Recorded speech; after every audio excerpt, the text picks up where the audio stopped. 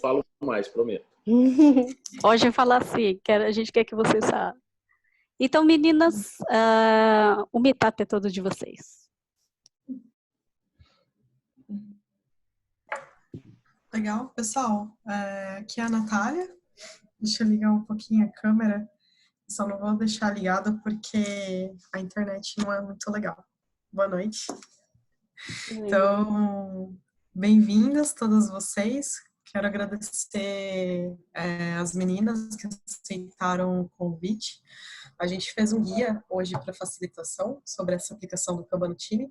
E aí queria começar perguntando para as meninas, né? A Ana Lu se apresentou um pouquinho no começo, mas aí perguntar para todas vocês, como vocês começaram com o Kanban?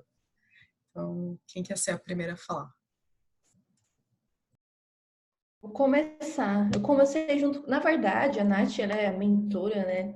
Ensinou muitas pessoas, inclusive eu. Então, eu comecei na IBM, quando a Nath trabalhava lá. Eu lembro que foi numa sessão de SET que vocês fizeram, né? E como a nossa área estava passando por uma transformação, né, com a implementação de Kanban, foi onde eu comecei. E, na verdade, foi o que me apaixonei, porque depois, no ano seguinte, eu fui me aprofundar, fazer KMP. Então, eu meio que comecei porque estava acontecendo dentro da empresa, mas depois eu realmente me interessei. Então, como comecei foi... Obrigada, Nath, por ter me apresentado o Kanban. Não, obrigada a você pela iniciativa de participar, porque na época a gente estava com uma transformação grande, a gente precisava muito de pessoas interessadas e pessoas que se engajassem, pessoas que tivessem iniciativa e acho que você foi uma delas. Então, obrigada a você também. Próximo, falar um pouquinho de como começou com o Kanban. As meninas estão tímidas. Pode falar. Vou tentar, então. Eu comecei em 2009. Em 2008, foi na Petrobras. A gente começou com Agile, Scrum. E aí a gente começou a encontrar umas barreiras, não encaixava direito em tudo quanto é lugar que a gente precisava. E aí foi quando o David Anderson estava fazendo o segundo curso no Brasil. E lá eu conheci o Alisson Vale. Então, o Alisson foi meu mentor na época. A gente acabou contratando ele. E é muito bom nessa coisa do mentor, que a Michelle estava falando, não tem preço. Você tem alguém que fica ali contigo, tirando dúvida, resolvendo os pepinos. E de 2009, eu acho que até 2014, mais ou menos, foi uma jornada incrível dos times mesmo evoluindo e ficando maduros nas práticas, tanto de gestão quanto de práticas técnicas. Eu saí da Petrobras em 2016, então acho que lá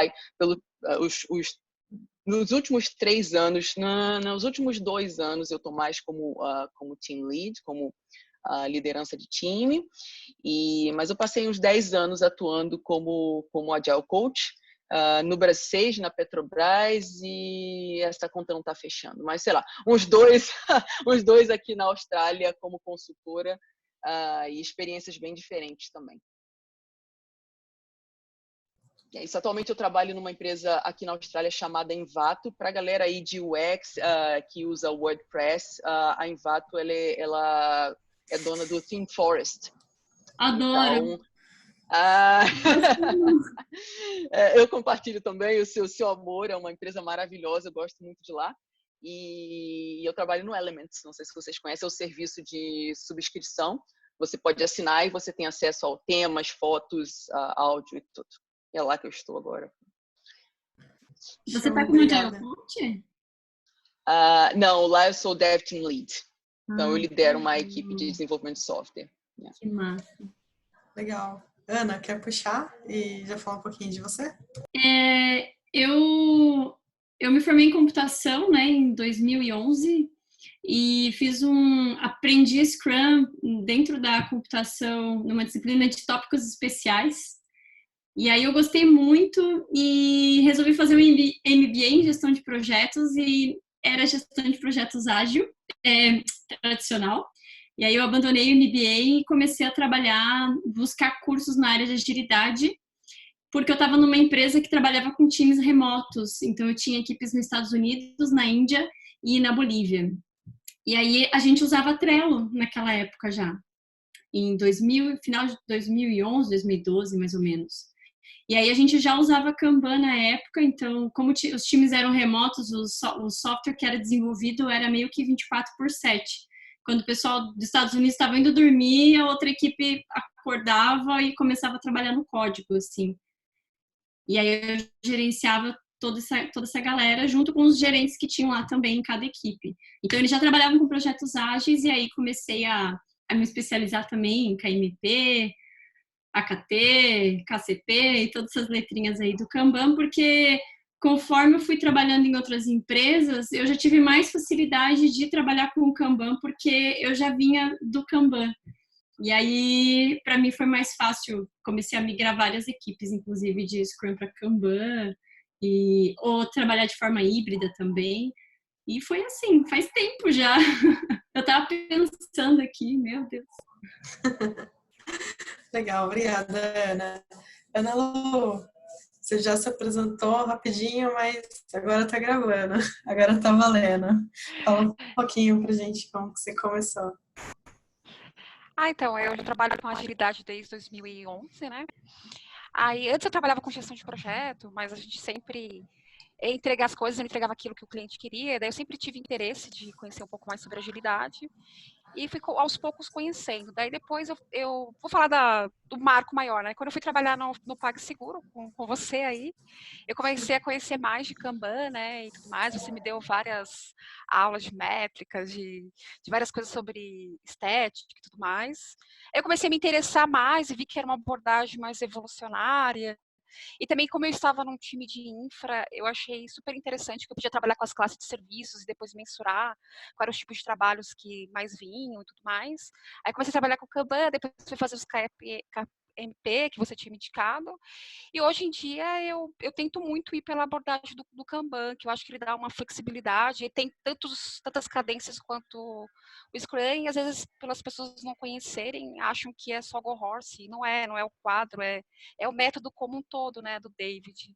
E eu sou cada vez mais apaixonada pelo Kanban, assim. E hoje onde eu estou, né, eu sou a única pessoa que toca parte de Kanban, né, que está trazendo para a organização o Kanban. Então, eu tento trazer um pouco do mindset, de treinamento, trazer um pouco da abordagem de como que o Kanban funciona, para que mais pessoas possam aderir ao Kanban, né, e ter uma outra visão, diferente também do Scrum. Pô, bacana. Fico feliz com as participantes hoje, porque eu acho que tem poucas mulheres no Kanban. Já me falaram que nos eventos estão tendo dificuldades, né, de trazer diversidade, porque a gente tem poucas mulheres apresentando cases, né, mandando cases de Kanban. E para mim já virou uma missão pessoal a gente trazer a mulherada para esse negócio. Então, fico feliz de ter a Mi, ter a Ana Lu aqui, que eu conheci num treinamento quando ela estava aqui no Brasil, fantástica. E a Ana também, né, que tem dado os treinamentos, eu acho super legal, porque tem poucas pessoas dando treinamento de Kanban hoje no Brasil. E como eu falei, né, a gente precisa agitar isso, precisa trazer mais mulheres para esse cenário. E falando um pouquinho de como eu comecei, eu sempre trabalhei com Lean na IBM desde 2007. Eu estava num cenário parecido com a da Ana, até interessante, eu estava com um time remoto e eu comecei a estudar sobre, em 2013 eu comecei a fazer um mestrado sobre gestão de sistemas produtivos e a linha de pesquisa era sobre equipes remotas, indicadores de desempenho, gestão de projetos. E foi aí, estudando, então, equipes de alta performance, que eu me deparei com práticas ágeis e comecei a aplicar em 2015, que a IBM começou o movimento, né, de agilidade, começou a mudar treinamento para a gente assistir. E aplicando no meu time, os outros times começaram a ver, e aí e aí começou um movimento na Costa Rica para fazer o treinamento lá de 1.500 pessoas. Aí precisavam de coaches, pessoas de outros países para ir para Costa Rica para ajudar. Então o gestor falou: você está dando treinamento para a galera aqui, você não quer ir para lá, e aí você aprende, depois volta aqui para continuar. E eu falei: beleza. Então fui, fiquei 5 semanas lá. Ajudei nas capacitações, tive um coach que foi o Minton Brooks, não sei se alguém conhece ele, né? Ele costuma participar dos eventos lá fora. E Enfim, aí depois voltei para o Brasil e foi onde começou essa história aí que a Michelle falou, que a gente começou a capacitar, eram 5.000 pessoas, então era gente pra caramba, a gente precisava muito, né, formar outros Agile Coaches e foi que a gente começou um grupo. Acho que quando eu saí, a gente já tinha umas 30 pessoas, né, nesse grupo de Agile Coaches e foi um movimento que cresceu bastante, né, Mi? Sim. Então... Gente, eu acabei de lembrar só uma coisa. A gente fez curso junto com a Amanda, né? De Kanban Coach. Agora que me toquei. Sim, Eu conheço sim. ela. Eu lembrei dela agora. Eu lembro de você, Veio Michelle. da Austrália fazer curso aqui. Demorou. Eu lembrei agora. Eu falei, conheço. Tudo bem, sim, tudo bem. a gente estava lá. Entendi. Bom, e finalizando 2018 eu vim para o PagSeguro e agora eu estou com a governança de portfólio. A governança de portfólio do Pag, ela é toda, né, construída em cima do método Kanban. Então a gente já está com mais de 3.000 pessoas aqui, muitos times também crescendo. Um desafio enorme quando a gente fala de governança de portfólio. Então está sendo bem bacana e a gente está só começando. Então, com certeza, mulheres, Kanban, temos vagas, né? Só fazendo um jabá aqui. Legal?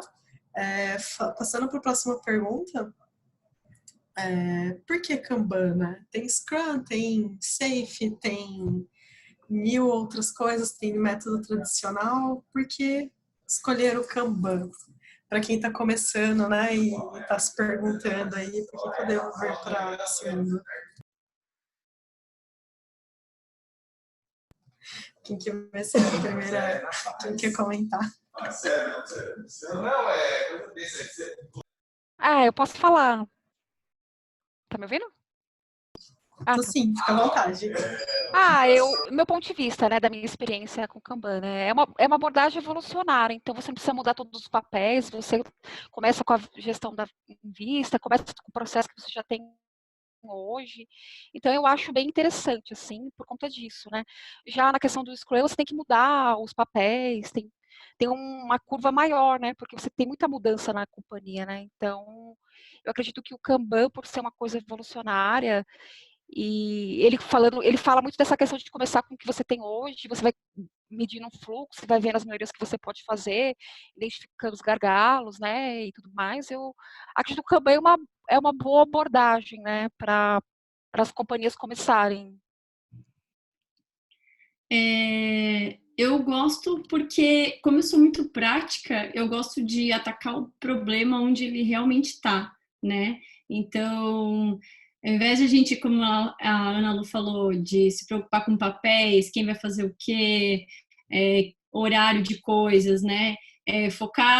Olhar a teoria das filas, focar no fluxo, olhar os problemas, tirar as métricas, fazer Kaizen em cima disso. Então, eu acho que é muito mais focado no problema que você desenha a solução para o problema que você está encontrando, né? Então, é a forma que eu gosto de trabalhar mais. Essa coisa de ter a solução sob medida ali, né? Você não tenta encaixar uma coisa onde não funciona. Eu lembro, assim, logo no começo, a diferença em relação à resistência. A gente lida com muita resistência organizacional a qualquer coisa, né?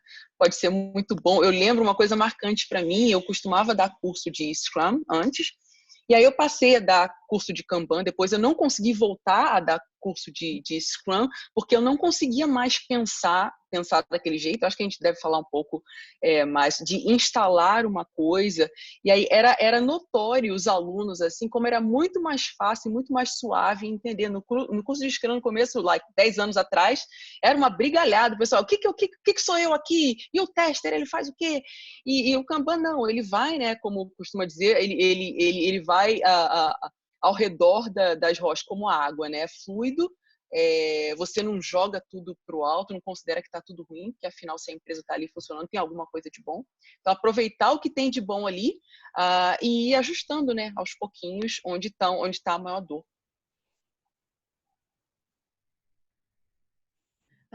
E só para complementar, né, que a Amanda estava falando, o Kanban, ele muda os processos, né, e as pessoas se adaptam aos processos, né. Eu sou um dos maiores problemas de resistência que a gente tem quando nós tentamos mudar as pessoas. Eu não gosto de ser mudada. Então, eu prefiro muito mais que nós mudemos os processos e eu me adapto da minha maneira, né. Eu não sou agredida pessoalmente, entre aspas, né. Então, essa abordagem evolucionária mudando o processo e a gente se adequa à maneira que a gente bem entender. Então, por que Kanban? Seria a minha resposta. Não, perfeito. Eu concordo totalmente com todas essas respostas, tem o que complementar. Acho que essa questão da mudança evolucionária, né? As pessoas não resistem à mudança, resistem a ser mudadas, né? Acho que é perfeito, porque tá pegando gancho para uma pergunta, eu acho que uma dúvida que o pessoal costuma ter muito nos eventos é como eu faço para engajar as pessoas? Então, eu quero fazer uma mudança, como que eu faço para engajá-las, né? Então, falando sobre essa diferença, né, do Scrum, então, que você tem que pensar papéis e pensar cerimônias, etc. E olhando para o Kanban, que é essa questão de melhoria contínua, como que vocês entendem, né, essa mudança? Então, como eu engajo as pessoas nisso e qual que é a diferença desse engajamento com o Kanban?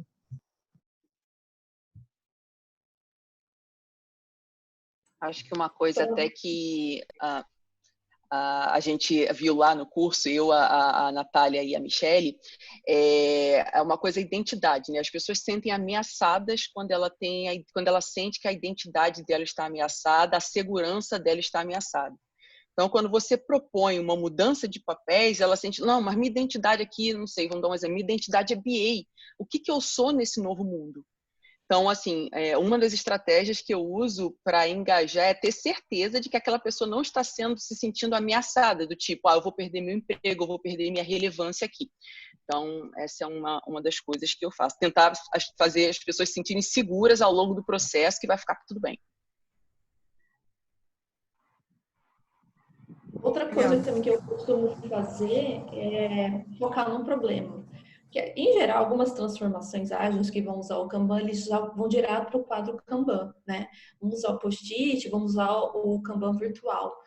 Mas, se a gente olhar o estético, a gente pode e deve mapear onde que tem os pontos de dores.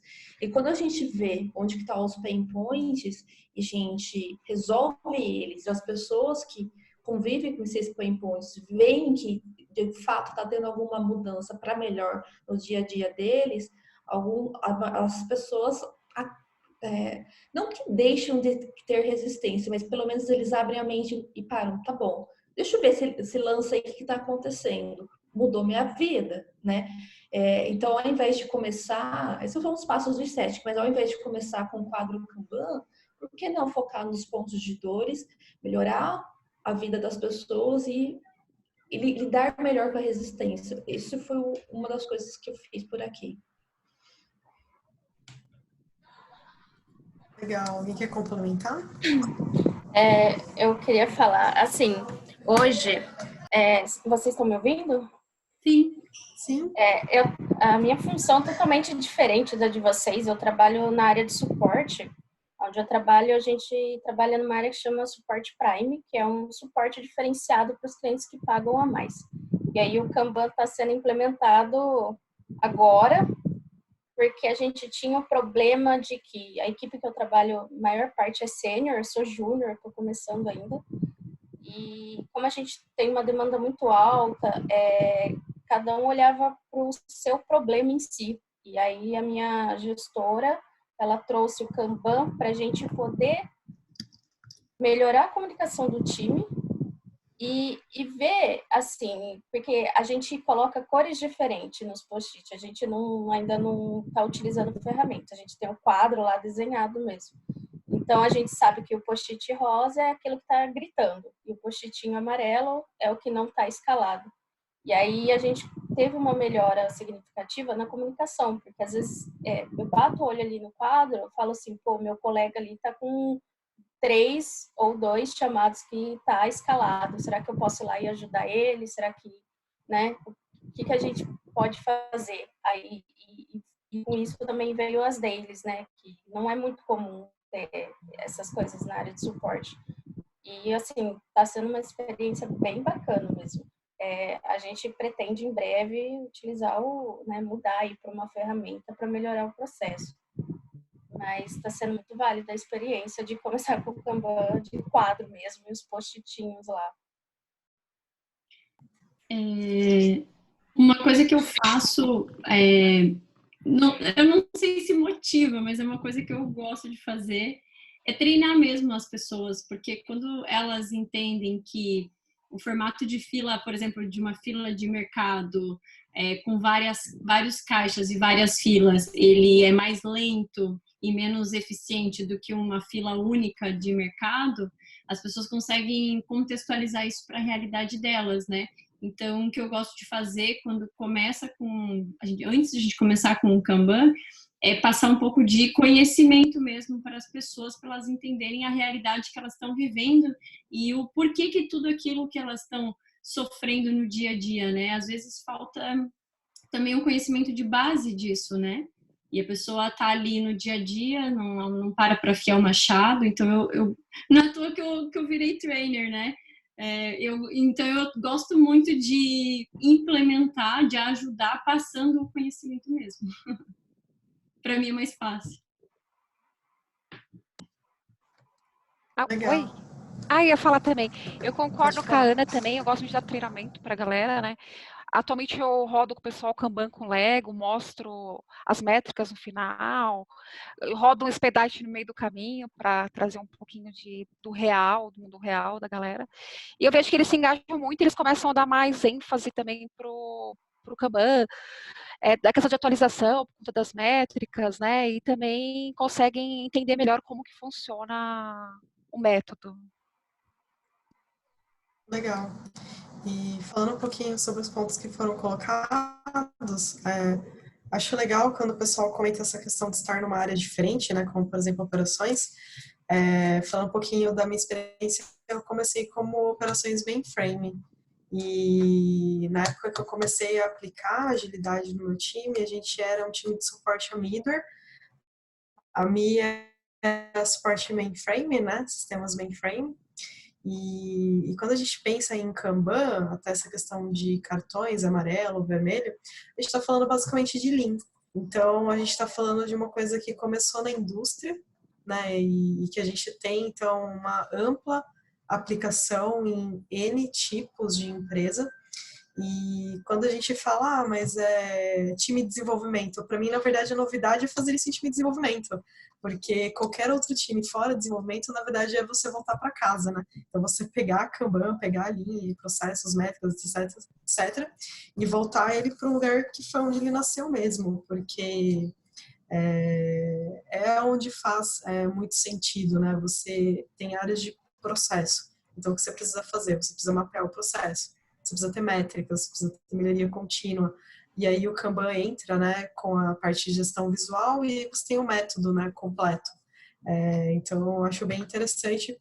A gente tem muitos casos aqui no Parque Seguro, a gente aplica em todas as áreas, tá? Então, a gente tem Kanban no jurídico, tem Kanban rolando em regulatório, em N áreas, e ninguém fica de fora. Se tem processo, se tem, né, como fazer essa gestão visual, a gente ajuda os times a fazer também.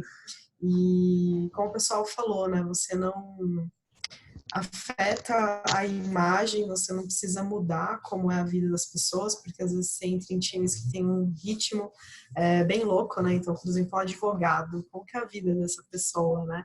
Não é uma vida de eu vou rodar iterações, fechar um backlog, não é essa vida. É uma coisa de participar de comitê, de estar fora da empresa, de, enfim, ter aprovações e questões desse tipo. Então você precisa começar com como é hoje, né? Que foi o que o pessoal, que vocês falaram também, né? Começar com o que é hoje, não afetar então a imagem das pessoas e a gente também focar no problema, né? O que a gente está querendo resolver com isso, porque falar, né, também para essas pessoas, sei lá, uma pessoa de regulatório, olha, você vai ter que criar post-it aqui nesse quadro, se ela entender o que ela está querendo resolver com isso, é absurdo, né? Não teria como ser feito.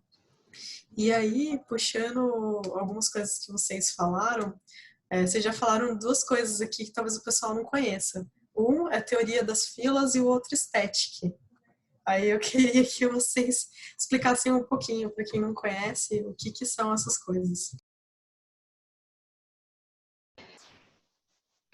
Acho que antes de passar para esse tema, Natália, eu queria só pegar a oportunidade de complementar, porque eu acho que foi a única hora que eu consegui me encaixar em todas as falas até agora.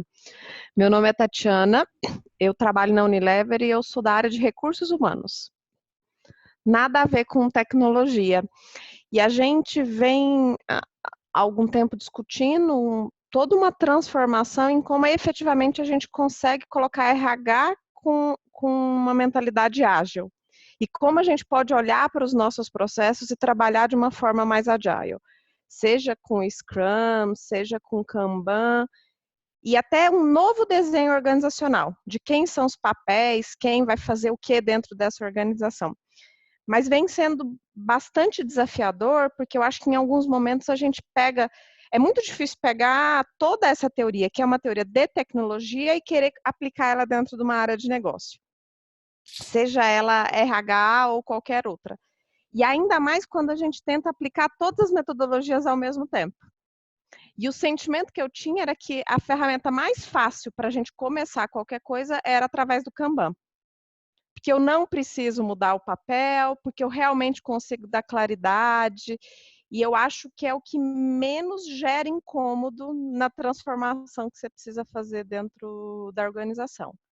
Mais um desafio muito grande, porque a gente ainda tem uma cabeça que tudo é fazendo, né? Então, você não deixa nada no backlog, tudo é fazendo. Aí fica uma lista de doing interminável e nunca consegue terminar nada. E aí o nosso desafio é: tarefa em progress não é tarefa concluída. Então, como eu diminuo tarefa em progress para ter tarefa concluída, é a transformação que a gente vem tentando fazer. E aí me conectar com esse outro universo me traz insights interessantes para eu poder aplicar em uma outra realidade.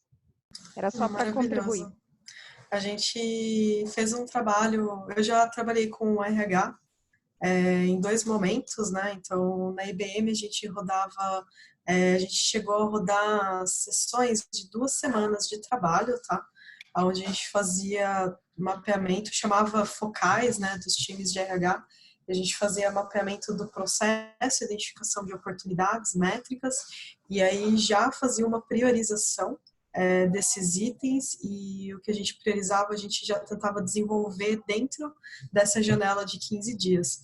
Então, algumas soluções, às vezes, de automação de trabalho, de e-mails que ficavam indo e voltando, ou planilhas controles que eram feitos em planilha Excel, processos, às vezes, de contratação, a gente já tentava resolver. Aí chamava pessoas, né, que tinham alguma experiência com alguma coisa, mesmo que fosse um forms, né, para poder tirar do Excel e melhorar a questão da comunicação. A gente trazia para a sala e ia desenvolvendo, né, e em 15 dias com algumas soluções, com algumas melhorias. E com certeza não é um trabalho de 3 meses, não é um trabalho de 6 meses, não é uma transformação que tem início, meio e fim, né? É uma questão, é uma jornada, né? Que no PAG a gente chama de jornada, porque você tem um trabalho, ele não vai terminar, o trabalho do RH, o trabalho de operações, o trabalho, ele vai continuar, ele existe, né, ad eterno, e é isso, você tem que entender a demanda, entender a capacidade do time, entender se você precisa aumentar a capacidade, se a capacidade que tá boa, você precisa melhorar a sua priorização, e é um aprendizado contínuo mesmo. Então, parabéns pela iniciativa de estar aplicando na RH e estar participando do evento também, para poder ter outras visões e compartilhar com a gente também. Legal? Mais alguém quer compartilhar? A gente pode seguir para outra pergunta, falar da teoria das filas e static. Aí a gente continua.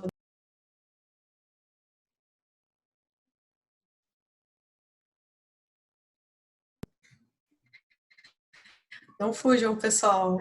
Ana, você falou da teoria das filas. Então, teoria das filas é uma área que está dentro da probabilidade, né? Então, a gente estuda aí formação de fila através de análises matemáticas. Para quê?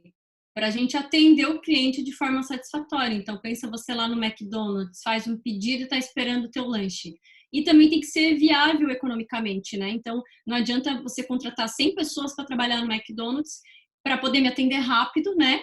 Se não vai ser viável eu contratar 100 pessoas ali. Então, da mesma forma que você faz um pedido de McDonald's ou num caixa de mercado ou dentro de uma empresa, você precisa manter esse equilíbrio. E aí que entra a lei de Little, que é esse cálculo aí para a gente poder entender o tamanho das filas, que é a quantidade de itens nas filas, versus essa taxa de entrega, né? E também a gente tem algumas métricas que a gente usa no Kanban para poder entender isso. Quando a gente faz gestão, a gente sempre está focando ali no touch time, né? Que é o tempo que está sendo executada a demanda. Gerente corta acesso de Facebook dos colaboradores para ter produtividade, coloca ponto para controlar o horário das pessoas, né? Para a gente aumentar essa produtividade das pessoas, sendo que o nosso maior desperdício, né? Geralmente é no tempo de espera que ficam essas demandas, né? Porque cada canal que você conversa com as pessoas, um cliente fala com o desenvolvedor, ou um líder, ou um gerente fala com o desenvolvedor, ou fala com o cliente. A gente vai criando muitos canais. Quando a empresa vai crescendo, a complexidade vai aumentando, né?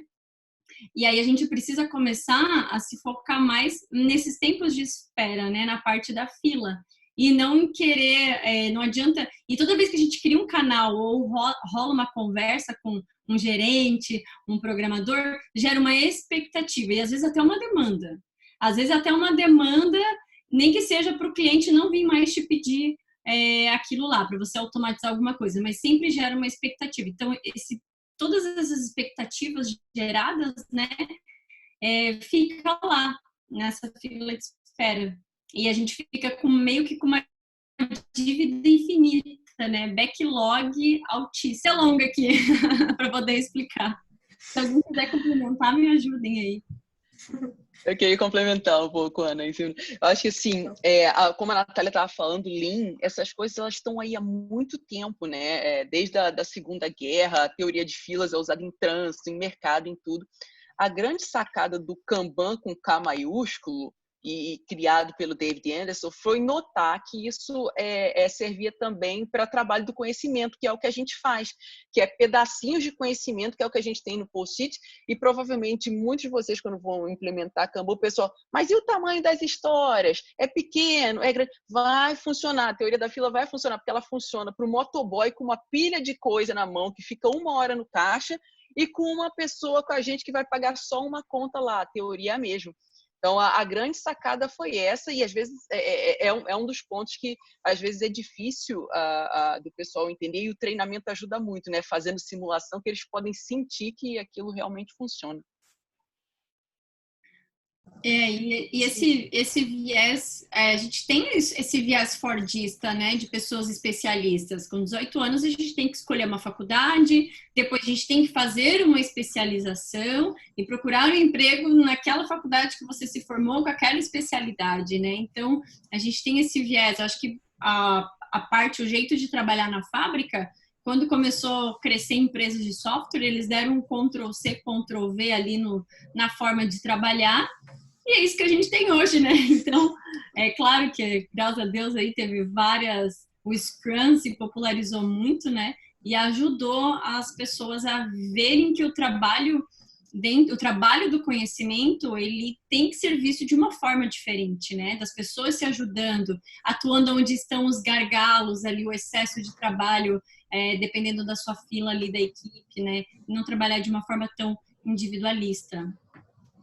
É interessante esse gancho com o Scrum, porque um ponto de você dar visibilidade, né? Então, você falou, né, os desenvolvedores. Como que eu sei que o cara tá o dia inteiro codando e não tá o dia inteiro no Facebook, né? Como que eu sei que a Ana tá fazendo o trabalho dela porque é trabalho do conhecimento, ele é invisível, né? Então, dar visibilidade à gestão visual realmente é uma grande sacada.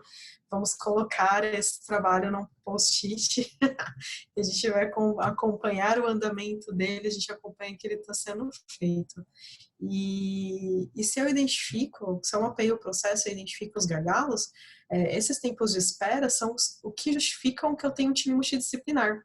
Porque aí justifica eu ter um squad, né? Porque pode ser que eu tenha um time especializado que ele entrega realmente algo de ponto a ponto, ou pode ser que não, que eu tenha um time especializado, mas que ele tem um alto nível de dependências, então ele tem muita fila, ele não consegue executar nada do início ao fim, e toda a dependência, né, eu mapeando essas dependências, eu identifico que, então faria sentido o meu time de advogados, por exemplo, ter alguém de compras trabalhando junto com eles, porque ele conseguiria analisar um contrato e já fazer a parte jurídica também, ou eu poderia ter, né, uma pessoa já de regulatório, uma pessoa de risco, porque eu já faria um time de análise de contrato, por exemplo. Ou no RH, né, será que eu não deveria ter também outras pessoas que não só RH, porque ele tem um monte de dependência, né, então o gestor precisa me passar a vaga, aí eu devolvo falando que eu preciso de descrição da vaga, aí ele me devolve com a descrição da vaga, fica que ele vai e volta, né, então será que aí sim eu consigo justificar que eu deveria ter um squad, né, porque aí o Scrum até eu já participei de coisas onde, vamos fazer um time Scrum, e aí pega essa pessoa, só que quando você ia ver, não eram as pessoas que precisavam estar juntas, né? Então, acho que até essa questão do mapeamento de processo, dessa visão mais sistêmica, ela é importante e acaba justificando, né? Por que a gente trabalha com o Scrum? Por que alguém, né, super inteligente aí teve a ideia de falar de squad? Né? Quem que teve a ideia de falar de trabalhar iterações em 15 minutos? Por quê? Né? Não foi do nada. Né, com certeza foi observando essa questão de filas, essas questões, e ele fez uma solução para o cenário dele, né? Então não adianta a gente fazer copia e cola e achar que vai funcionar. E Mi, não foge, fala aí do Static. O que é o Static, para quem não conhece?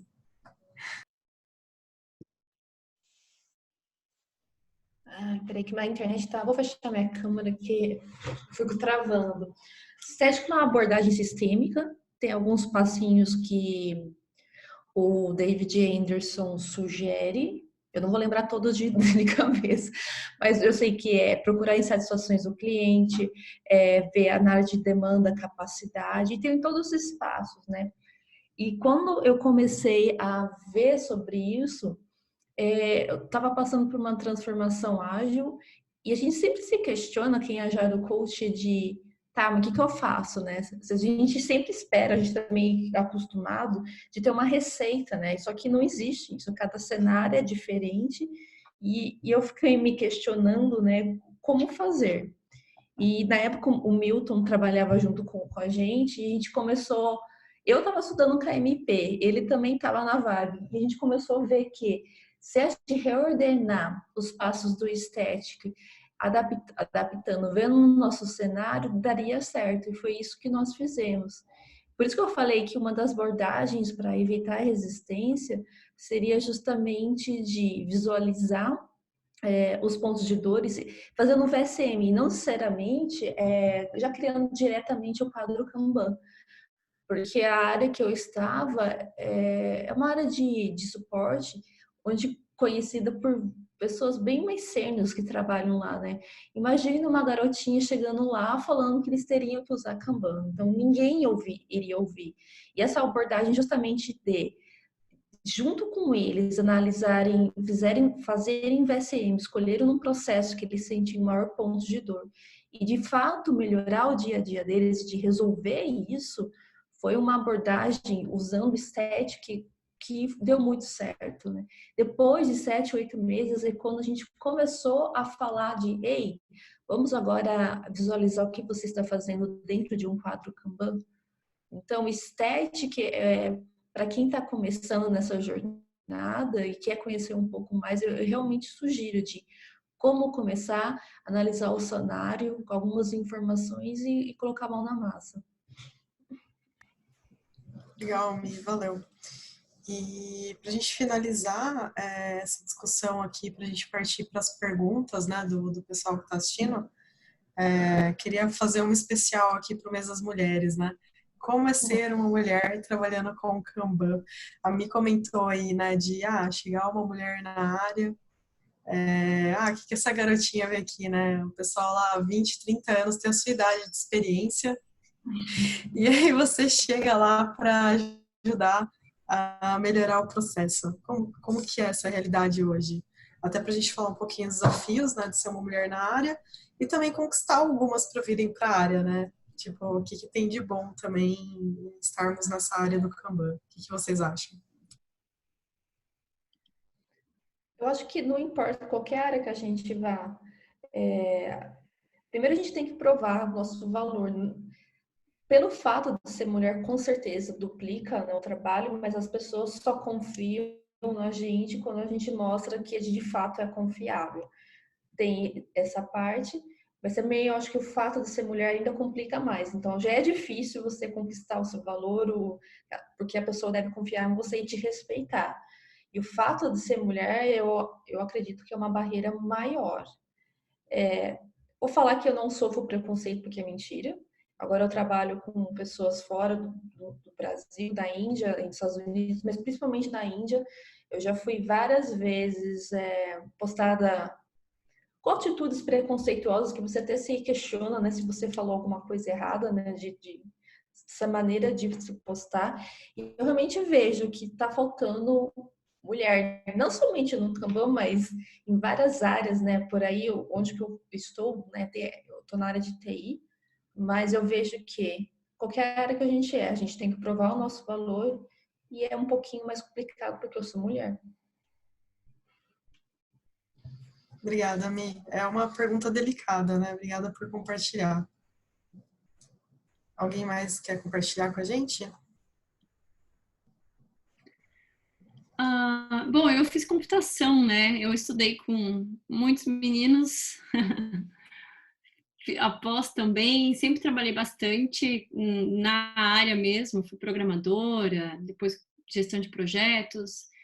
É como a Mi falou, assim, e é mais complicado porque às vezes o preconceito ele não é tão visível, então ele é um pouco velado.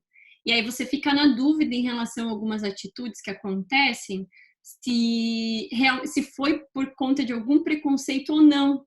Se foi algo que você fez, ou se a pessoa não está de bom humor, se é pessoal ou não é pessoal.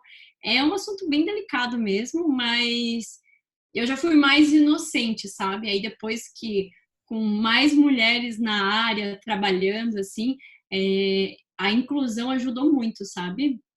Então, parece que dá mais força, assim, uma empresa que tem mais mulheres, parece que é até mais fácil de trabalhar, sabe? Todas as empresas que eu já passei, eu sinto isso. E eu adoro trabalhar com mulheres, e uma empresa que eu trabalhei, a empresa que eu mais fiquei tempo, que foram 4 anos e meio, a minha equipe era só de mulheres.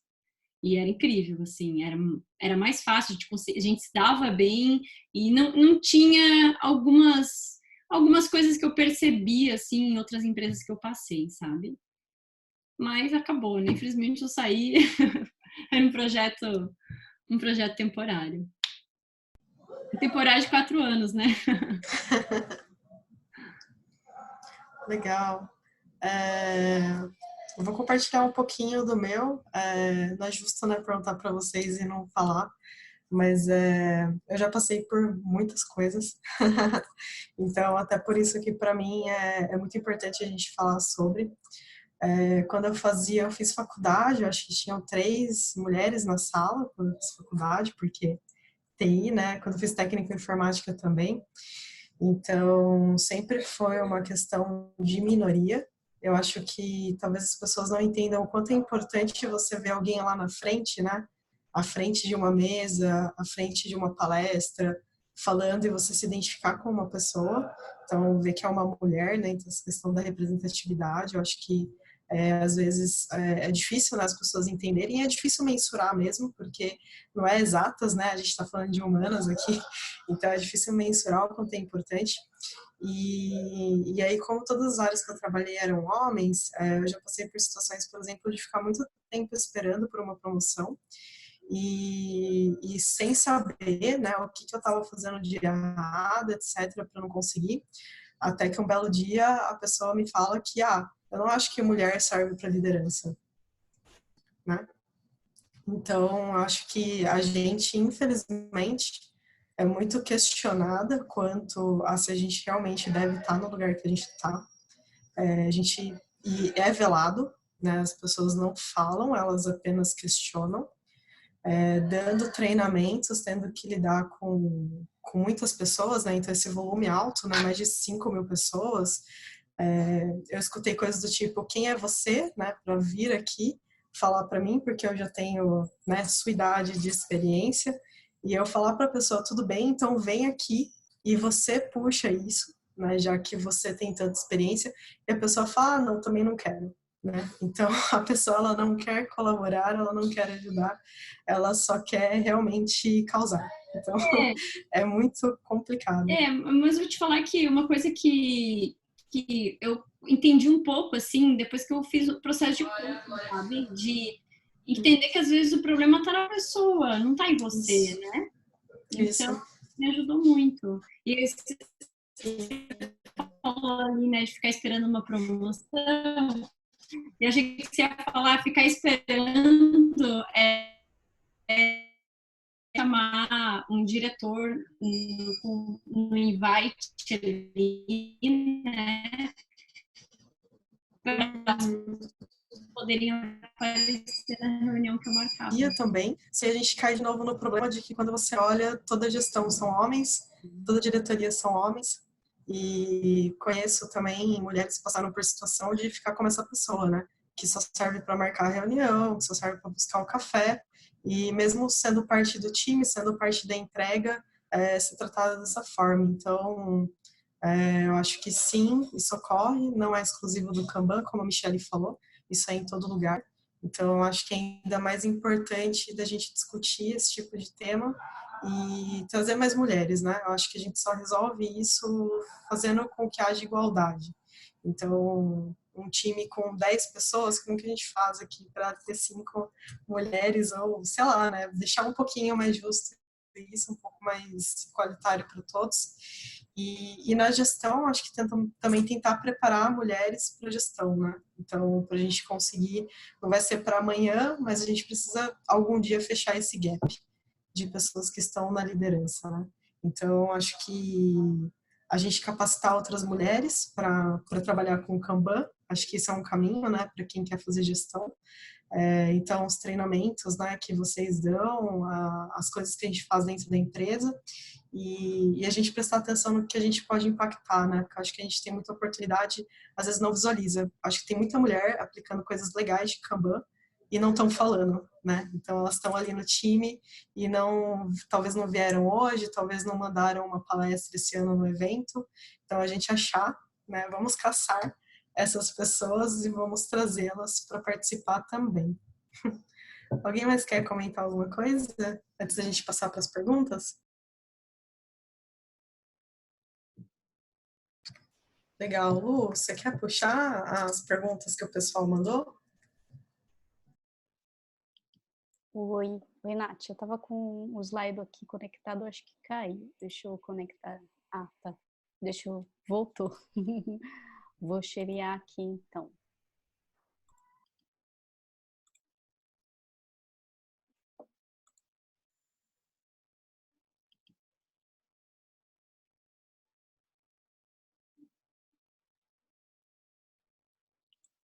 Vamos lá, pessoal.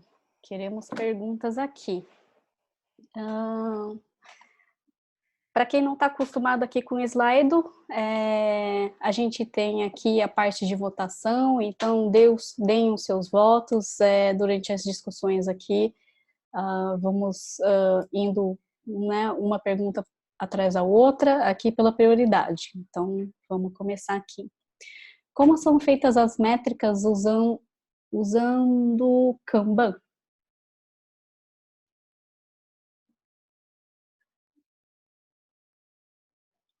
Alguma das meninas querem começar? Quando a gente usa Kanban, quais são as métricas? Estou vendo a carinha da Ana aqui. Ana quer responder? Posso responder? A gente tem algumas métricas com Kanban, né? Mas a mais básica que você já pode começar na segunda-feira é medir o lead time, que é quanto tempo essa demanda leva dentro de um processo de desenvolvimento. Então, é desde quando ela inicia até quando ela é entregue. Então, quantos dias essas demandas ficam aí em trabalho, em progresso, no caso, né? Então, essa é uma das principais métricas, é uma métrica básica que você já pode começar a usar aí nessa semana. Alguém quer falar alguma outra métrica? Vou deixar para as meninas aí falar também. A gente também tem o Cumulative Flow Diagram, que é uma métrica que a gente consegue visualizar praticamente tudo, né? O lead time, work in progress, mas eu gosto de usar ela bastante para ver a parte de starvation, ou quando a gente tem pouca demanda, quase nada para fazer starvation, ou quando a gente tem gargalos, né? Você tem muita coisa acumulando no nosso processo, algum problema tem. Então, hora de a gente parar e identificar e tentar resolver isso daí. Legal. Alguém mais quer falar das métricas? Posso falar complementando, porque quando a gente fala de Kanban, a gente olha muito para métrica de processo, né? Então, essa questão de o tempo total da entrega, tempo de ciclo, espera e o CFD. Mas eu gosto também de sempre fazer um quadrante, então pensar o que seriam métricas de eficácia, eficiência, qualidade e satisfação. Então, além de olhar para a métrica Kanban, né, específica, olhar para eficácia, né? Então, fazendo até com a relação de Fit for Purpose, né? Entendimento do propósito do meu serviço. Então, o que eu entrego, né? Para quem eu entrego? Como que eu sei que isso está sendo eficaz? Então, métricas financeiras, por exemplo, acho que são muito importantes. Métricas de produto, você utilizar isso se for um produto, né? Aí depois na parte de qualidade, se for desenvolvimento bug, se for operações, quantos erros, né, quantos problemas ocorreram. E satisfação, eu acho assim, satisfação tanto do cliente, que também é uma métrica de eficácia, mas satisfação do cliente e satisfação da equipe. Então aqui entra um pouquinho da parte humana, que é de eu saber quão satisfeito está o time com os processos, com a gestão, com definição de papéis e responsabilidades. Então, a gente ter métricas de satisfação da equipe e olhar isso em conjunto, pelo menos uma métrica de cada tipo, para a gente saber que a gente não está, por exemplo, sendo muito eficiente, mas fazendo a coisa errada, ou entregando muito rápido, mas com baixa qualidade, ou entregando rápido, mas com um time totalmente insatisfeito, alta rotatividade e assim por diante. Então, a gente sempre fazer um equilíbrio entre essas métricas. Legal. Super bacana, Nath. Eu queria adicionar uma parte aí do da gestão de mudança com o Kanban, que é uma parte que é bem forte também, né? E aí esse foi um dos erros que eu já cometi. Eu acho que o Kanban teve duas coisas que mudaram o jogo. Foi o Static, como as meninas estavam falando, e o Kanban Maturity Model. Então, assim, a gente, às vezes, na comunidade Kanban, a gente fala muito de métrica, e hoje também já fiquei bastante tempo olhando para a métrica e tal, e cometi o erro, às vezes, de introduzir muito cedo. Então, lá o legal do Kanban Maturity Model é que é tipo um guia, tipo assim, qual o melhor momento de você introduzir determinadas práticas. Então, métrica aparece tipo lá entre o nível 2 e nível 3. Então, assim, tem muita coisa para fazer antes, e se você não quer perder o dado, vai coletando ali na encolha, mas eu já passei muito pela situação de mostrar, tipo assim, empolgadíssimo, o pessoal olhar assim para mim, tá, e daí? Que aquilo não fazia sentido ainda, estava muito cedo para entrar com aquilo.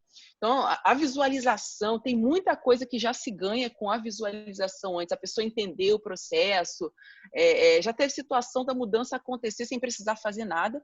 Então, cuidado com a métrica para não entrar muito cedo com elas, que às vezes não precisa.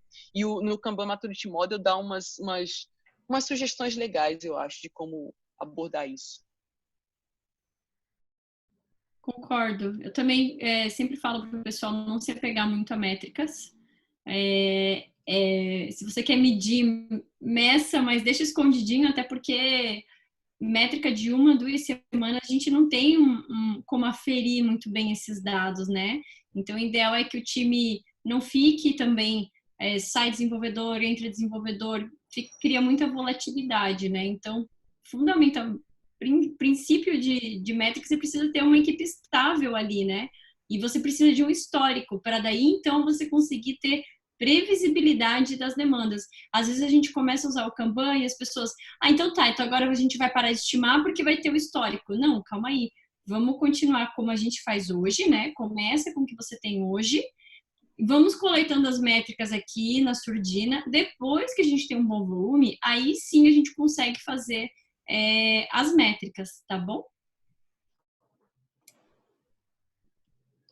Legal. Mais alguém quer falar? Mais alguém aqui dos nossos participantes do Meetup de hoje querem falar sobre métricas? Não vamos deixar só com as meninas também?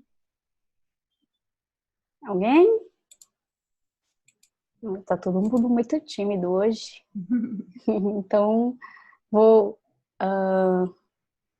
aqui arquivar essa pergunta e vamos para a próxima. Meninos, me envergonho como homem saber que isso ainda aconteça, né? Sou pai de menino, estarei lutando junto para isso mudar. Foi o Eric que comentou isso aqui. Você quer falar, Eric, com a gente sobre isso? Sobre essa sua percepção? Eu quero agradecer o Eric pelo comentário. Obrigada pela coragem de mandar o comentário. Parabéns. Boa noite, pessoal. É o Eric que está falando. Machismo existe, preconceitos diversos existem. Uma pena que estamos ainda em 2020 e vivemos isso, né? Eu acho que a gente pode tentar mudar fazendo a nossa parte e sendo exemplo, né? Acho que não dá para a gente projetar nos outros as nossas expectativas. Então a gente tem que ter esse exemplo para minimamente conseguir mudar alguma coisa. E é em cima disso aí que a gente veio lutando. E é isso. Obrigada, muito obrigada. Eu sou mãe de uma menina também e começo a iniciativa dentro de casa. Eu também. Também tenho companheiras de trabalho mulheres. Tenho uma que eu até estou mentorando, ela é bem novinha, tem 23, 24 anos. E aí, de vez em quando, ela fica assim, mas não quero ir apresentar, mas não quero falar com fulano. Eu falo assim, você vai ter que ser sempre melhor do que qualquer um, né? Com o que a gente está falando, a gente sempre vai ter que provar, né? O dobro, o triplo, que, né, somos competentes, que a gente tem que ser melhor, né? Assim, o tempo todo, a toda hora e com todo mundo, né? Então, assim, tive uma mentora também que me ensinou dentro da IBM, né, a ser forte, a me impor, né, a não deixar as pessoas também diminuírem a gente. E assim, depois que a gente teve aí essas conversas, né, sobre ser mulher dentro da TI, a minha vida e o meu posicionamento também mudou como mulher, né? Então isso é bastante importante. Sempre que tenho colegas mulheres, sempre que eu tenho, né, mentis mulheres, eu acabo sempre também transmitindo isso, né? É importantíssimo. Eu vim de São Paulo há pouco tempo, estou morando na região de Campinas agora, e houve um choque muito cultural. Minha filha tem 12 anos hoje, e ela já chegou com questionamentos de uma questão social que ocorre aqui, pelo menos na região onde eu estou morando, onde você vê crianças reproduzindo, provavelmente fala de adultos, onde ela entrou em atrito com algumas pessoas na sala porque diziam que mulheres serviam só para comprar sapatos. E a gente está falando de crianças de 12 anos, isso é assustador, né? Demais, nossa. Vamos lutar para mudar essas coisas, né? E uma coisa que eu sempre falo para as pessoas ao meu redor é para tomar muito cuidado com a fala, porque a gente tem uma fala que é enraizada esse preconceito na nossa cultura, né? Ah, vagabunda, não sei o quê, sabe? Tá, mas qual é o significado disso, né? Então, você tá querendo ofender, mas você tá colocando preconceito na tua fala, né? Às vezes a pessoa já tá tão acostumada com isso. Então, eu sempre falo para as pessoas tomarem muito cuidado com o que elas falam para mudar a forma. Porque a gente se acostuma a falar de uma forma, até mulher falando de mulher, né? E é uma pena, né? Mas eu acho que é um caminho aí que a gente tem que trabalhar. E até a questão diz que está enraizado, né? Então, às vezes as pessoas acham que para defender um ponto de vista, você precisa falar mais alto, se impor, bater na mesa, né? Hoje, graças a Deus, eu não passo por isso aqui, mas assim, esse comportamento, que lógico que um homem que tem, né, 20 centímetros a mais que você, que fala muito mais alto que você, que é muito mais forte que você, ele sempre vai ganhar. Se for essa a cultura da empresa em que você está, uma cultura onde as pessoas se impõem pelo poder, né, se impõem pela hierarquia. Então, é muito importante que a gente esteja, né, sempre lutando por o que é certo, o que é verdadeiro, né, o que é a cultura da empresa. Então, a gente conseguir se impor pelo que é certo fazer, porque é o melhor para o cliente. Então, aí entra a agilidade, né? Olhar para o que é melhor para o cliente, não o que eu acho que deve ser feito, ou o que o outro acha que deve ser feito. Olhar o que é melhor para o time, o que é melhor para o processo. Porque aí você coloca todo mundo em igualdade, nível de igualdade para poder discutir. Se a gente faz as coisas sem dados, sem, né, toma decisões que não são baseadas em gestão visual, em métricas, etc., a decisão sempre vai ser baseada em cima de poder. Enquanto a gente não reduz, né, esse gap de mulheres versus homens nas empresas, a gente precisa mudar de outras formas, né? Então, focar mais no que realmente entrega valor, no que realmente deve ser feito, né? E não o que cada um acha que é o seu, que interessa para si. Eu trabalho com design, né? Não sou agilista, eu entro em alguns momentos para eu poder aprender, ver como a gente aprendizado sempre acrescenta, né? E a gente fala muito em transformação digital e já está entrando meio que no pitch das pessoas que não é transformação digital, é transformação cultural. E se essa transformação cultural ela envolve realmente colocar as pessoas no centro das decisões, a gente precisa começar a ouvir, principalmente não, ouvir também as dores das pessoas que estão ao nosso redor, né? Se um time é composto por pessoas multidisciplinares, várias culturas, eu acho que é importante a gente sempre trazer esse tipo de pauta para discussão, para saber quem desiste, e às vezes a pessoa tem um vocabulário ou coloca frases não tão agradáveis no dia a dia, às vezes nem é por mal, entre aspas, é porque talvez ninguém puxou o fio para falar, ó, isso ainda existe. Então, acho que é muito importante, de vez em quando não, sempre a gente trazer esse tipo de assunto em pauta, já que queremos mudar algo, né? Bacana, que eu acho que relaciona muito com dar feedback, né? Que também é uma questão feedback rápido, né? Tá em processo, tá em Scrum, tá na vida, né?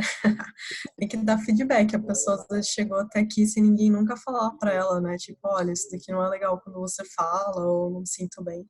Não é fácil dar feedback, porque você está falando do como você se sente, do que você, né, pensando em comunicação não violenta, você tem que expor o sentimento, o que você espera da pessoa, isso não é fácil. E realmente a gente não é ensinado, né? Não é uma coisa que a gente aprende desde criança a ter uma comunicação não violenta, a conseguir sentar com alguém e falar como você se sentiu e falar sobre como melhorar, ao invés disso virar um ataque, né? Então, um atacando o outro. É complicado, a gente tem muito ainda para evoluir como pessoas com relação à comunicação e outras coisas, e aí a gente tem que trabalhar tudo junto. Gente, obrigada pela contribuição, está sendo bem bacana a discussão. Temos algumas outras perguntas e o tempo está correndo, então vamos para a próxima pergunta sobre o Kanban. O que pensam do uso de uma coluna de status em espera / hold? Isso pode impactar nos cálculos de lead time ou não deve ser considerada? Quem fez essa pergunta gostaria de falar sobre isso ou a gente já vai para a resposta?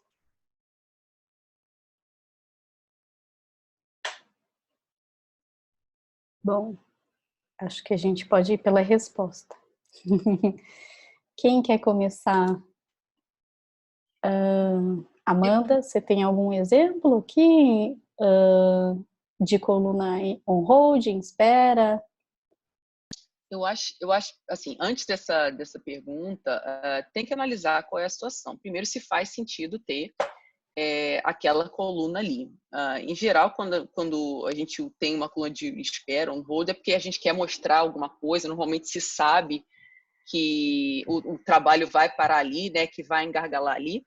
E, na verdade, não é que impacta no cálculo de lead time, ele vai mostrar o que é real, que o lead time que a gente quer é o tempo de fim a fim. Às vezes, quando as pessoas estão começando a aprender, eles perguntam, não, mas a gente conta esse tempo que ficou parado? Conta, porque é esse tempo aí que vai te impactar.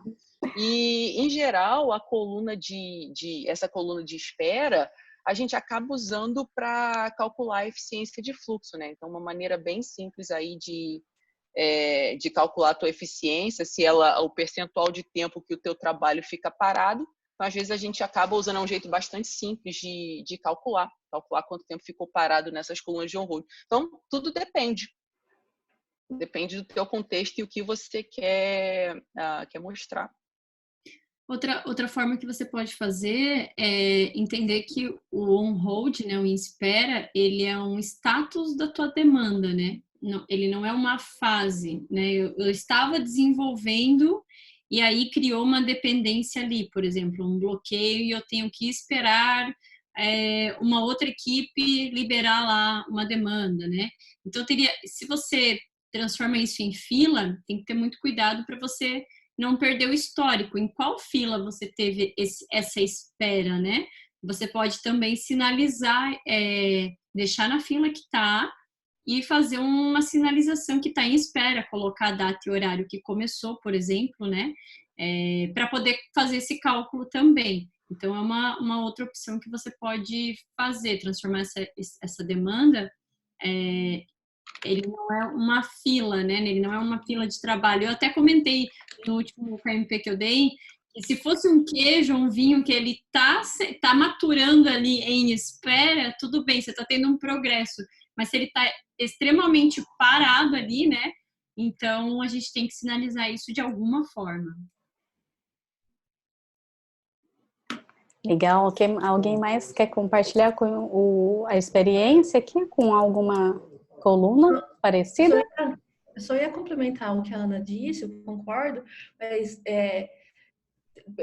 os times que eu estou suportando, eles também usam on-hold, eles criaram, né, on-hold para indicar uma dependência externa, né? Então, toda vez que tiver essa dependência, de fato, esse on-hold, a gente não coloca on-hold, coloca dependência. É para mostrar que, olha, nesse meu processo, chega nessa etapa, eu tenho que acionar outro time, né? E, de fato, começar a monitorar esse tempo para depois se perguntar, e aí, o que a gente faz? A gente consegue fazer essa atividade dentro do nosso squad? O que a gente faz para melhorar esse processo, né? Mas eu acho que tem que tomar muito cuidado, né? Porque a gente pode usar o cartão como bloqueado, mas depende do tipo do cenário. Foi que a Amanda falou no início, né? Qual que é o nosso cenário, né? Para que ele vai ser usado? Mas é um ponto de discussão. Depende muito do contexto mesmo. Exato. Quem fez a pergunta não quer explicar o contexto? Ou a pessoa, acho que será que já saiu? Que seria interessante saber, né? Bom, acho que como a gente não teve aí manifestação, então vamos para a próxima. Eu tive que pegar o carregador aqui do meu Note. Eu queria dar uma experiência que eu tive, né? contar para vocês. Uhum. Eu trabalhava com times de infraestrutura, então tinha muita dependência externa, né? A gente dependia de ACL, de algumas outras coisas que eram de uma outra área. Então, no nosso caso, no nosso cenário, a coluna de espera servia muito para a gente ver as dependências externas que a gente tinha. E com isso eu conseguia tirar relatórios e mostrar que a área que atendia a gente nessa questão de ACL, ela demorava muito tempo para entregar isso para a gente. E isso acabava impactando o nosso lead time e o tempo de entrega dos nossos incrementos do produto. Ah, legal. Obrigada por dividir aí o conhecimento, o seu exemplo. Então, vamos aqui para a próxima. Kanban é bala de prata? Tenho ouvido muito que Kanban é mais evoluído e é a que se adapta a qualquer contexto. A gente sempre escuta que o Agile é bala de prata, né? O Kanban, assim, em específico, eu nunca tinha escutado. Quem fez a pergunta quer explicar? Tá. Ou a gente já vai para as respostas? Eu queria saber de onde desenterraram essa expressão bala de prata, né? Porque quem começou a falar essas coisas devia ser preso em algum lugar, né? Tipo, para! A expressão eu acho absurda, mas enfim. Eu acho que aqui o Kanban não é que ele se adapta ao contexto, ele dá visibilidade do seu contexto. Então, o Kanban, ele é, né, um método que, como o pessoal falou, né, você vai exercitar para trazer as dores, então dar visibilidade às dores, dar visibilidade às demandas, ao processo, às métricas, e então não é uma questão de adaptação, né? Mas não é bala de prata, tá? Não é que ele soluciona o problema, ele dá visibilidade ao problema, as pessoas têm que resolver os problemas, né? Então, acho que a gente tem que tomar cuidado com isso. Eu lembro bastante quando eu fiz o KMP com o... esqueci o nome dele. Mas ele falava bastante assim, o Kanban deixa à mostra os problemas que a gente tem, né? E assim, quando a gente vai pensar, né, até numa das últimas perguntas, né, uso Kanban ou uso Scrum, né? O Kanban assim, tem sido um jeito melhor de visualização do trabalho que a gente tem, né? Sempre assim, tenho clientes ou tenho times que vêm pedir, assim, Luciana, vamos começar a fazer o Scrum, porque eu quero fazer o Scrum, porque o Scrum é mais usado, né? Assim, é o que todo mundo fala que faz. Mas aí, assim, eu sento com a pessoa e converso assim, ok, né? Você quer fazer Scrum? Você entende, né, o que é o Scrum? Né? Então, me explica o que é o Scrum, né? Me fala aí o que você entende o que é Scrum. E na tua realidade, né, no teu time, na tua organização, né, como isso se encaixa, né? Você tem os papéis, você tem, né, aí vocês estão trabalhando num produto vocês estão fazendo, né, as coisas que... Oi, gente. Vale uma vida? Tem alguém com o microfone... Noção do risco de verdade que está rolando? Deixa eu ver. Tem alguém com o microfone aberto falando aqui. Sou eu, Anderson. Foi mal, galera. Oi, Anderson. Porra, galera, eu tô falando da corrida que eu vou com a minha esposa no sábado sobre coronavírus enquanto ouço o evento e jantamos aqui, galera. Tava escutando. Foi mal, galera. Deixei aberto aqui. Opa, obrigada. E então, assim, o Kanban tem sido também um início de trabalho, onde, né, para mim, que tem, assim, onde a gente não tem as coisas, né, que, assim, tipo, os papéis do Scrum, onde a gente não tem aí um backlog definido, onde a gente não tem muita coisa definida. Eu começo pelo Kanban, e ele tem ficado, né? Às vezes, a maioria das vezes, a gente acaba nem colocando sprint, não colocar também box, porque o time se acostuma a trabalhar daquele jeito.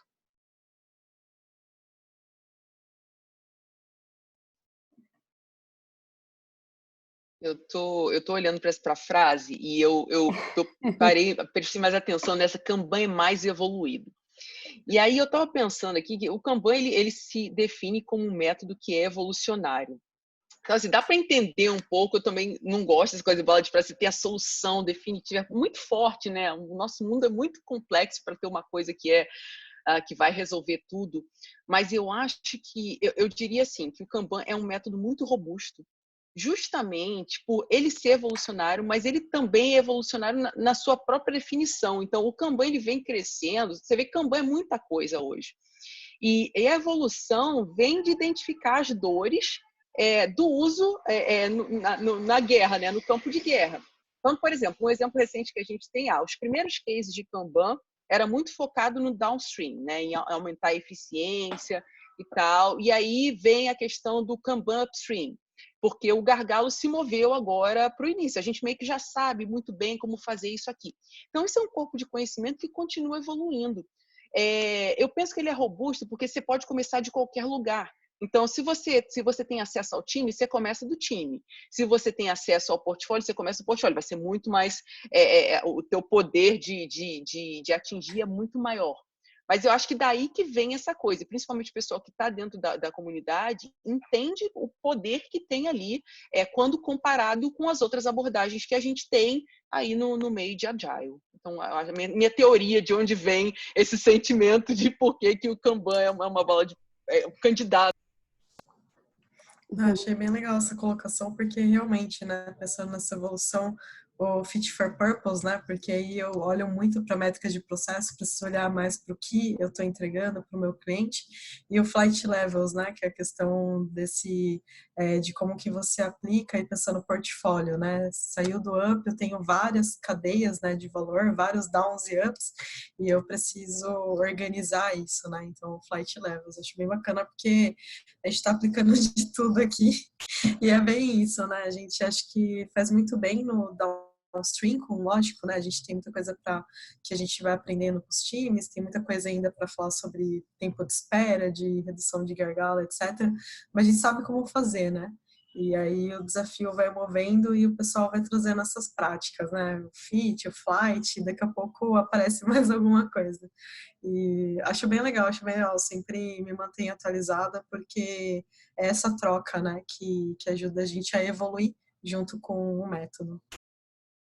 E eu vejo que por ele ser menos prescritivo, né, então as regras são construídas com o time, né, diferente de você ter um livro que você tem que seguir exatamente aquilo e moldar a equipe. Então, por ter menos regras, e essas regras são construídas de acordo com o contexto, aí acho que por isso que parece que fica mais adaptável aí, de modo geral. Sim. Legal, gente. Obrigada. Bastante conhecimento aqui. Vamos para a próxima. Como começar na próxima segunda-feira?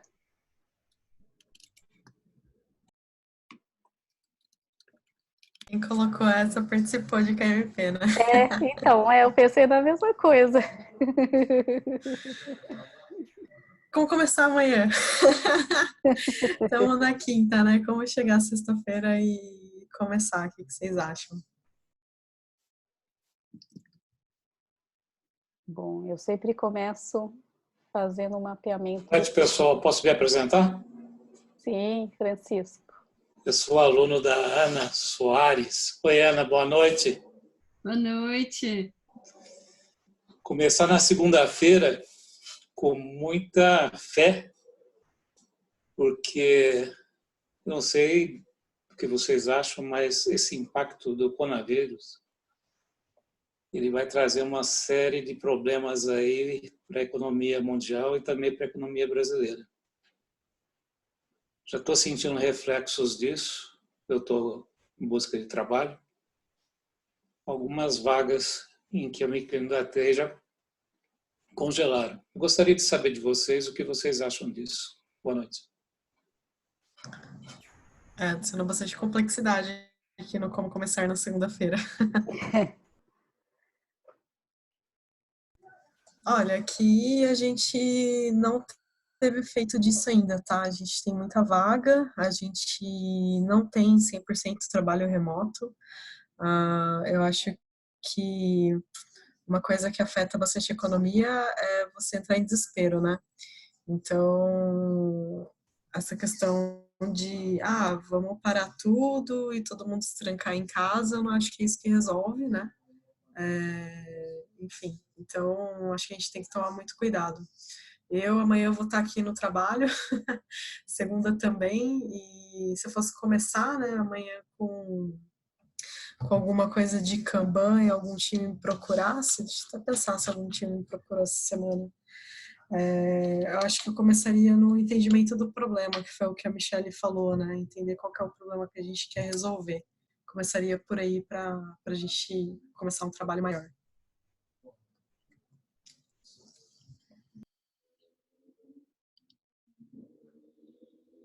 Alguém mais, gente? Eu acredito que vai haver mais home office, uma vez que nós estamos vendo, não sei se vocês estão acompanhando, mas hoje eu recebi um áudio do Hospital Albert Einstein dizendo que as escolas serão fechadas a partir da semana que vem. Aqui em São Paulo, nós temos vários casos já diagnosticados e eu acredito, sim, que vai haver muito mais home office. Sim, sim. Mas de home office a gente também tem as ferramentas, né, que ajudam a gente. Alguém falou que tem o Trello, a gente tem o Jira, né, ferramentas eletrônicas que permitem, né, que os times trabalhem de forma remota, distribuída.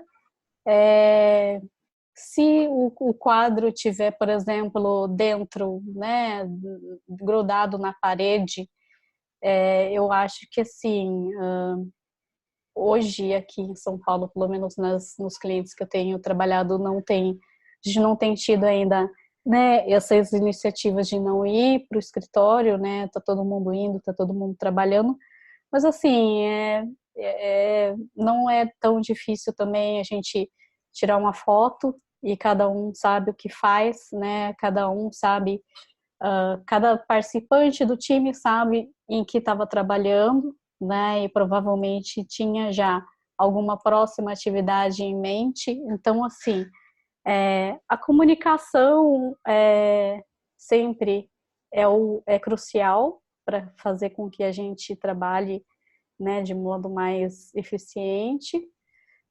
Eu acho que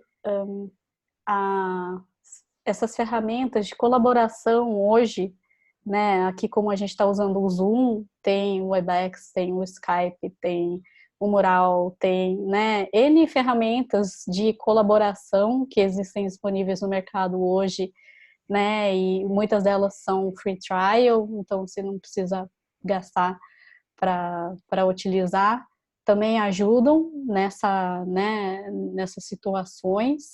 A gente já passou aí ano passado, ou retrasado, pela greve dos caminhoneiros, né? Houveram impactos, mas o delivery sempre, né? As entregas, as coisas que precisam ser feitas continuam sendo feitas. E isso é o esforço, né, de cada um dentro do time, né? Eu acho que assim, é organização, é responsabilidade, então a gente vai aí tocando, né, amanhã ou segunda-feira o que precisa ser feito. Legal, como o nosso tempo está acabando aqui, pessoal, tem 15 minutinhos só. Se a gente for começar a discutir outros temas, né, como coronavírus, home office, a gente não termina hoje.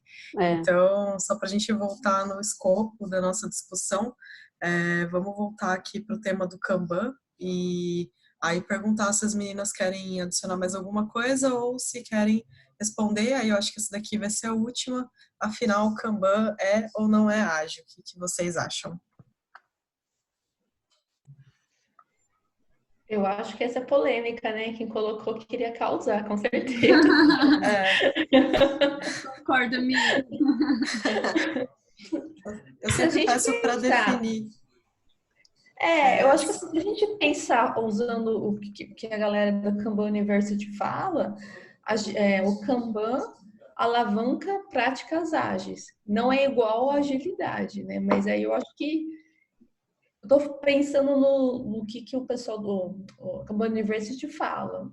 Se a gente pensar desse aspecto, é isso. Agora, eu não sei se Não sei, Nath, o que você acha? Eu sempre peço para quem pergunta definir para mim o que é ágil. Porque eu acho que essa discussão não termina porque cada um tem um entendimento diferente, né? Então, o que é agilidade para você dentro desse contexto, Kanban é ágil ou não, né? Se a gente não define o escopo da discussão, né, não define o que é, o que não é, antes de definir se, né, tem relação, a gente acaba não saindo do lugar. Então, eu costumo não entrar nesse tipo de debate porque eu acho que não vai para lugar nenhum, sabe? Eu sei que quem colocou foi para causar e a gente acha divertido essas perguntas para causar, mas eu costumo nem começar a discutir isso daí.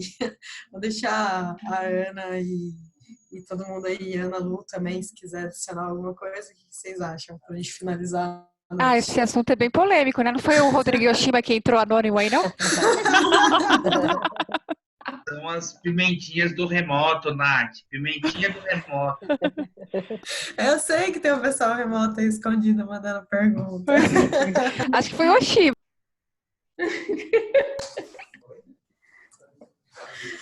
Eu não me apego muito a nomes, tá? Eu até não costumo falar, isso é uma cadência do Kanban, isso é ágil, não é ágil.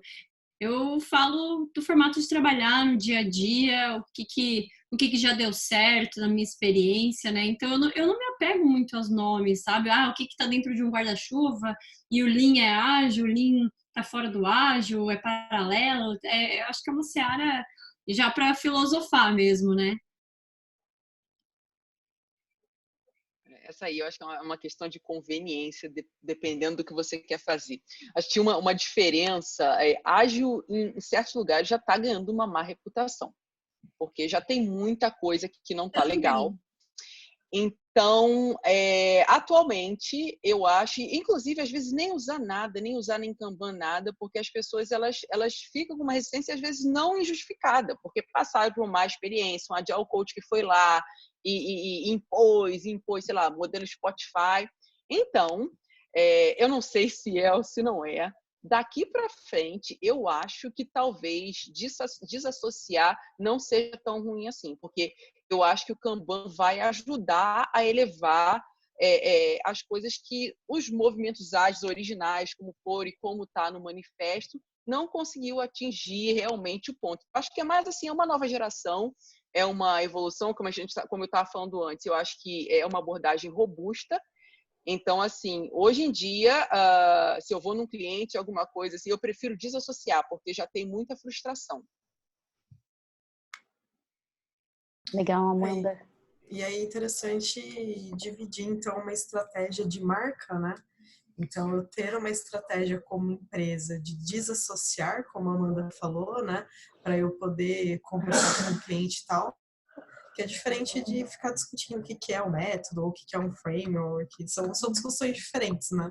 E no final assusta mesmo, né? Eu acho que afeta também a questão que a gente falou aqui da pessoa. Eu chegar, imagina, para uma pessoa que tem 20 anos de experiência, nunca ouviu falar de Kanban ou de Scrum, e ela já tem toda a complexidade do trabalho que ela tem que fazer, e eu ainda chegar com um negócio novo, né? Então, realmente, eu concordo com a Ana também, eu não falo nada. Eu falo assim, vamos falar qual que é o problema que precisa ser resolvido, dependendo do problema, se precisa mapear o processo, vamos mapear, se a gente quer dar visibilidade, vamos fazer quadro, e aí daí eu vou falando coisas que ela já conhece. Então, eu sempre prefiro falar a linguagem de com quem eu estou falando, né? Com quem é o público que eu estou querendo atingir. Boa, concordo com vocês, plenamente. Dependendo da situação, é a melhor abordagem.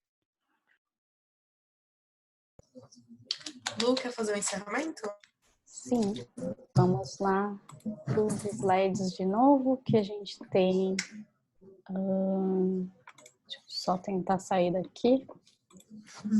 Enquanto a Lu prepara, quero agradecer ao pessoal as perguntas. A gente não conseguiu responder todas, mas a gente tem vários eventos desse que foram gravados já, falando sobre processos, sobre métricas. Então, quem quiser assistir no canal do YouTube da Agile Campinas, pode assistir as gravações. Se ainda ficar alguma dúvida, a gente tem canal do Slack, a gente tem canal do WhatsApp, do WhatsApp do Agile Campinas. A gente está no Telegram também, então pode entrar lá, jogar as perguntas para discussão. E o que tem no slide é a retro e próximos eventos? Isso. Acho que a retro, eu mais pedir para o pessoal, se puder comentar aqui no chat, se gostou do evento, se ficou faltando alguma coisa, alguma sugestão, né, para a gente fazer nos próximos. Manda aí pelo chat para a gente poder melhorar também e evoluir com esses feedbacks.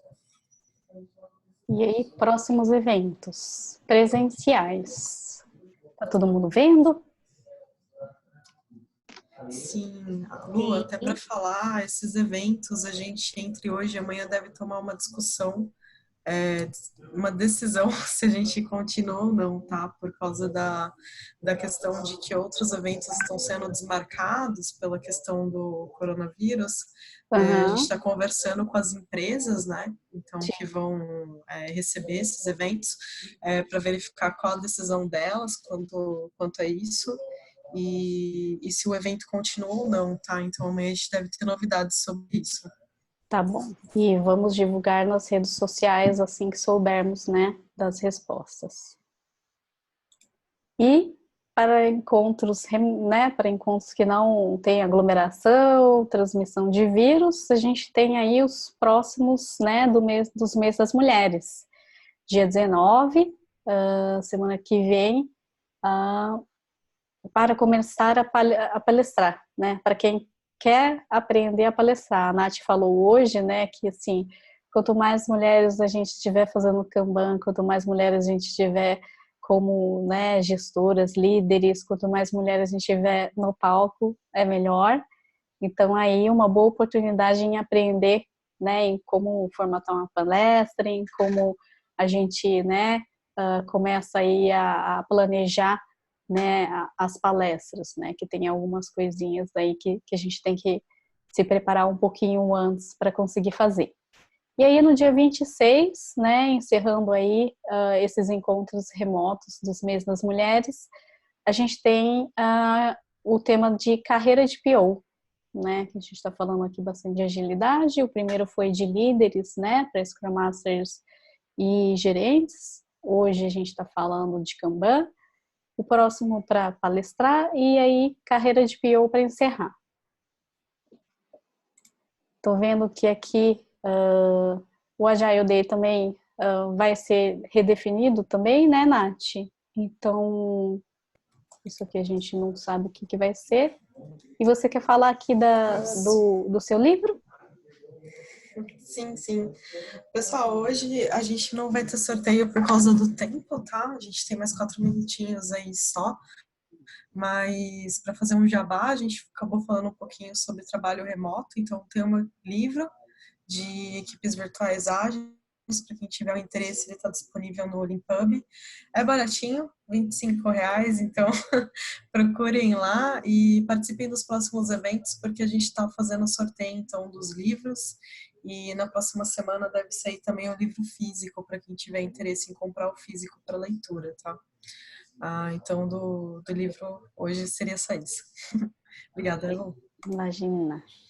E aqui as nossas redes sociais, onde vocês podem encontrar a gente, onde podem entrar em contato, mandar sugestões, né, fazer perguntas. Deixa eu dar uma olhadinha aqui no chat, né? O pessoal tá gostando, top. Alguém pode responder posteriormente a minha pergunta sobre Kanban nas obras. Daniela. A gente vai tentar, a gente vai olhar ali o slide e mandar a resposta para você.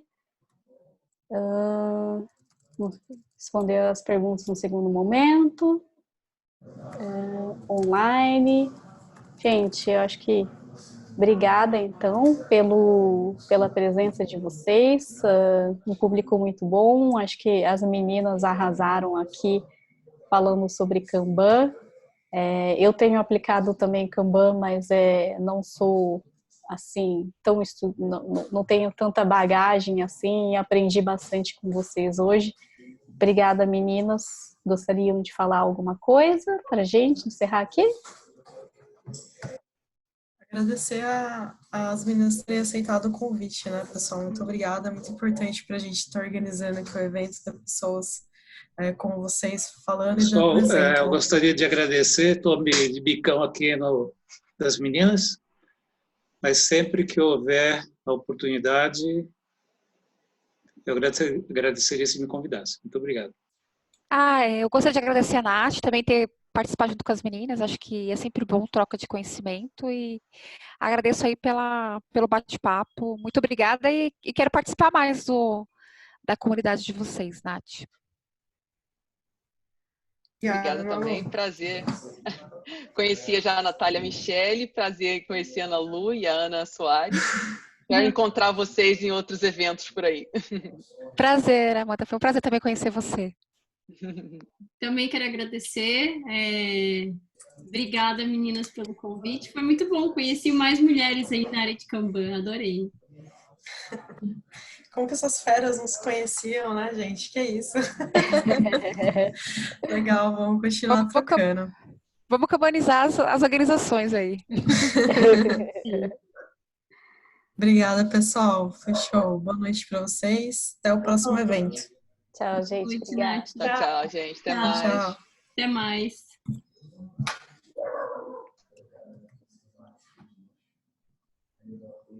Oi, Ana.